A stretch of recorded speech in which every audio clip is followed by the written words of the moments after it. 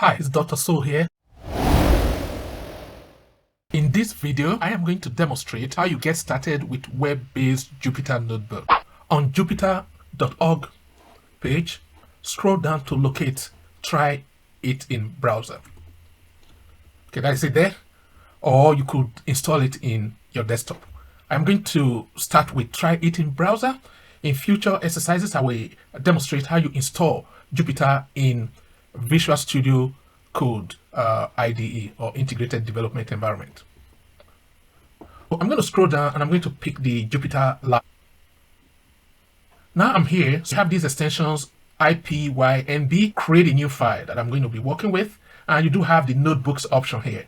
If you want to have the console field, is also available.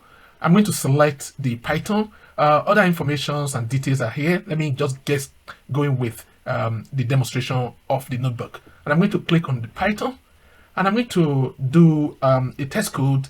For example, print welcome to programming in Python. So let's close that parenthesis and let's run it. And the good thing about Jupyter is it is interactive.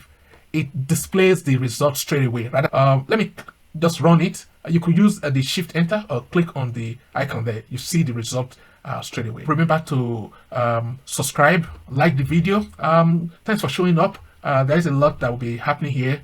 Do also remember to click on notification so that whenever I drop a video, you will be notified. Thanks again. Click below for video on installing Jupyter on Visual Studio Code.